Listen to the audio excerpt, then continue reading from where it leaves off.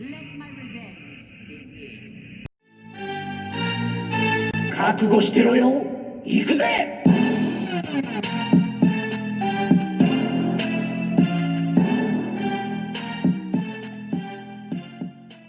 Welcome to Wordbreaker Coo's Reviews. I'm your host, Wordbreaker Coo, and I'm going to try to knock out 2 reviews in a really quick fashion. One of them is DC Multiverse, or McFarlane's DC Multiverse, Deathstroke. The other one is the Predator 2 Armored Lost Predator. So we're going to take a look. I know both of these don't really share much in common, but for sake of getting through things for the end of the year, we're going to knock these both out. All right, so first off, let's stick with the one that's cheaper, but still looks just as good. We've got my boy here, Deathstroke, Slade Wilson, and I will tell you the texture looks good on this guy.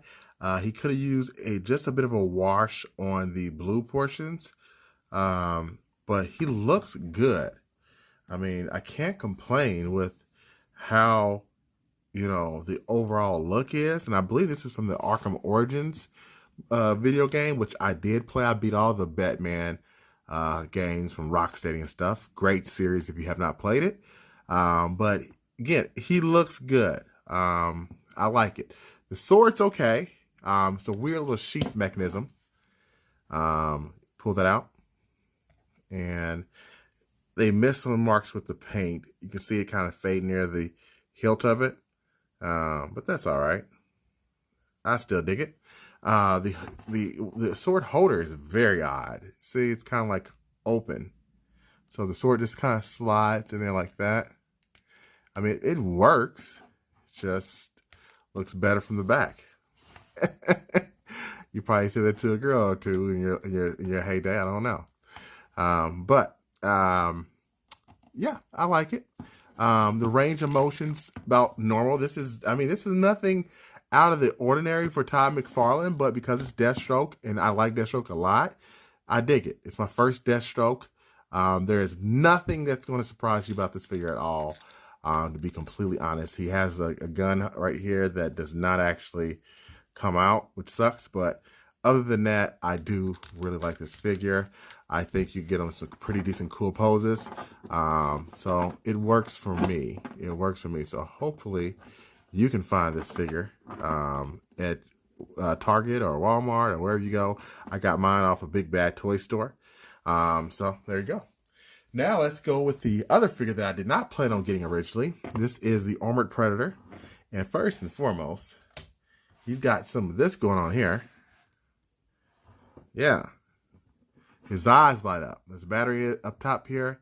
He's got a big head, but the batteries make up for it. I do very much like this. So let's take a look at the accessories first. Comes with this gigantic sword. That's nice. Missed a couple of spots here with the paint, but it's multicolored. It's got blue here at the hilt, black on the blade, and then there's on the edge of the blade, it's red. So I like that they have all that paint.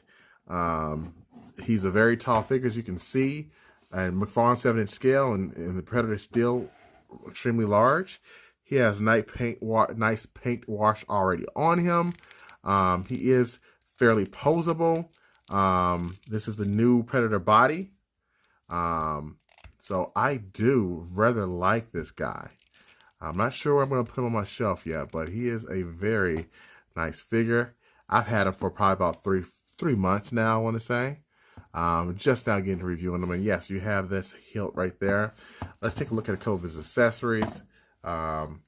He's got a couple of his little blades. You know, Predators, they always throw these things out looking so smooth. So that looks nice. He's got one right there too. So it's nice to see that accessory. He's got several pairs of hands. Let's get those all in the shot. Yep. And he's got another holding hand. He's got 2 heads. One that only a mother could love, and one that not even your daddy wants. So, yeah. I like the paint. Look at those eyes. The eyes recessed in there look freaking amazing. So, yeah. This is dope. This is Neca excellence. Now, it is a little difficult getting these head on sometimes because it's such a small peg, as you see down there in that hole, and the hair kind of gets in the way of the clearance. So you kind of have to like spread them out a little bit. But it is a great figure. I do like it. And you know what?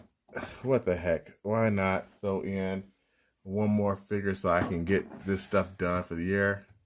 Let's take a look at Wing Zero from Bandai. Okay.